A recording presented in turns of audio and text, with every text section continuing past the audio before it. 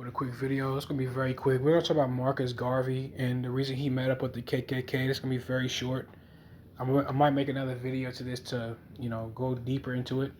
But let's watch this video real quick. One minute we love you and the next minute we completely hate you. We can be pretty fickle as people. One minute we love you and the next minute we completely hate you. This episode of The Bigger Picture highlights a specific point in the life of Marcus Garvey that turned away many of his followers. To put it simply, Marcus Garvey was our guy, okay? He was the leader of the Black nationalist movement that spawned hundreds of different organizations that were meant to uplift Black people. When he said that I am the equal of any white man and I want you to feel the same way, we felt that in our soul. And notice, he said he wanted to be equal to the white man. He didn't say he wanted to reign supreme or be in rulership. He wanted to be equal. But when it comes to the light-skinned brothers or the mulattoes, they want to be over you. They want to rule supreme over you. But let's keep going. But when Garvey met with a man who felt the same way about white people that he felt about Black people, we disowned him. Now, some people tend to say that Garvey met with the leader of the KKK in order to learn the inner workings of the organization so that he could bring that information back and African Americans could build a similar type of organization. He thought that by practicing our own form of Black supremacy, we could correct the imbalance between our race and the majority race. But he was excommunicated from the civil rights movement, thrown in jail, and then deported to Jamaica before any of his ideas could take root. Now, that's BS. Allegedly, the reason why Garvey started that he met with the KKK is because allegedly he wanted to exterminate the light-skinned Black Americans in the quote-unquote Mulatto Americans. That's why he met up with the KKK. Marcus Garvey was a Pan-Africanist, one of these fake woke guys from Jamaica. And he wanted to meet with the KKK to discuss the mulattoes. He felt like the mulatto people have advantages over so-called darker-skinned Black people in society. And that's how, allegedly, according to the narrative, that's how it was in Jamaica.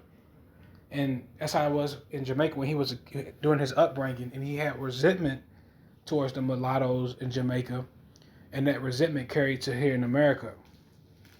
Okay? And he didn't like the light-skinned Black Americans, or what you call the mulattoes, and he didn't trust them. He didn't trust them leading Black people. Marcus Garvey, he had beef with W. Du Bois. W. Du Bois was kind of like I know a lot of stuff about him. I'm not gonna get into that right now, but he had beef with W. E. Du Bois. Keep in mind that W. E. Du Bois is the mulatto cat. He started the NAACP. It's basically advancing colored people in society.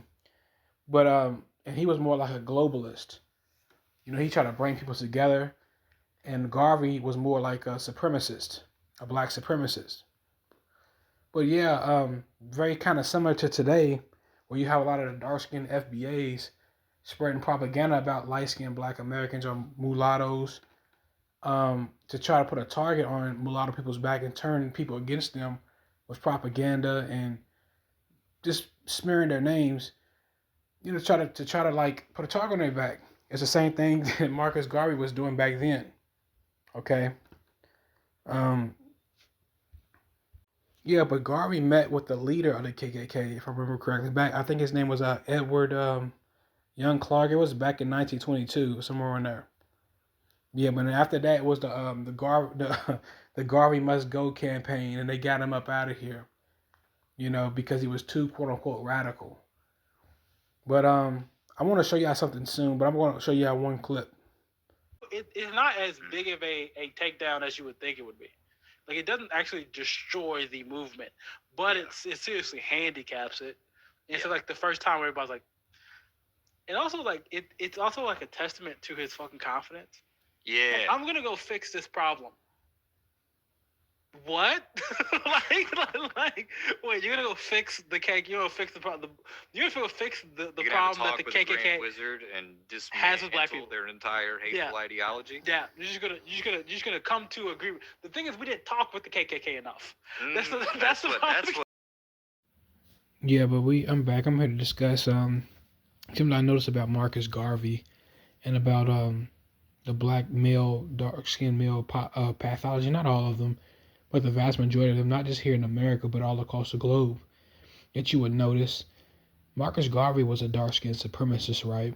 and his first wife was around the same color as him. But you will notice he got remarried and he ended up dumping his first wife for a mulatta, for a light-skinned woman, or a mulatto. I believe she was mulatto. I know she was mixed for sure. She wasn't directly biracial. I think her mother was.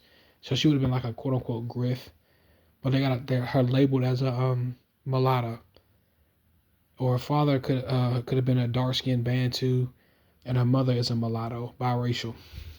Okay, but you'll notice this is the same guy who was a dark-skinned supremacist and who was against light-skinned people, black people, and mixed people. But he turned around and married one.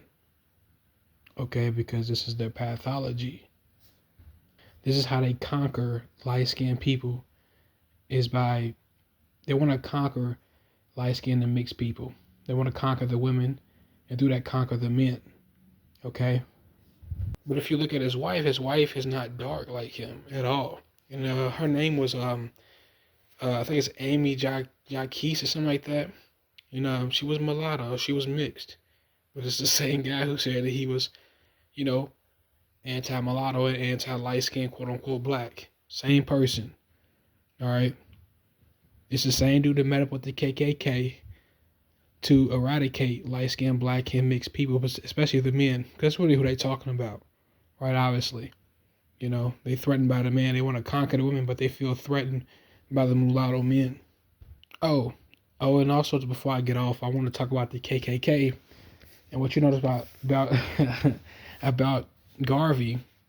Just like today, it's the same playbook. You notice how they meet up with white people and try to turn white people against us by using propaganda, trying to frame us as being evil and sellouts and untrustworthy, and light-skinned people are evil and all this other stuff, trying to put a target on our back to be, persecuted pretty much. Same thing the dark-skinned FBAs are doing. You'll notice how this is the same guy who met up with the KKK. And with the KKK, with you guys, some of you guys don't know, some of you guys do know, the KKK is not what you think it was. The KKK used to go around and they used to kill so-called FBA men or so-called Black American men, the men of color here in America. Okay? And they would sacrifice them because allegedly the KKK was not just a group, it was a witch. It was basically a group full of wizards and warlocks and witches. Okay?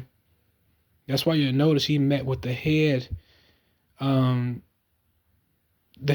you call the Imperial Wizard. Imperial, it means he was the top of the top. He was the most superior KKK member or wizard. A wizard is just a witch or a warlock, a male warlock, okay? And what they would do is they would take black men of color here in America, and they would, their signatures was to burn crosses. I did a video a while back about the cross and how the cross is for Tammuz. It stands for Tammuz in the Bible. It's not for Christ at all. It's for Tammuz, to worship Tammuz. And they burned the cross. They also burnt, after they killed black men, or they would burn black men, or they would burn black men alive, or men of color here in America, so-called FBA men alive. Okay? And the reason they would do that is because the men of color here in America has energy. They have spiritual energy within inside of them. And they would try to siphon that energy once they were burnt alive in those witch covens.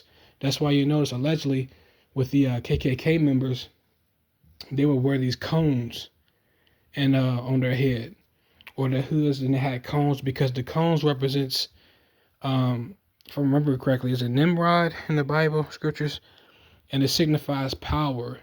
Okay, it represents the horn, the cone. All right, but that's another video for another day. Give me your thoughts and opinions.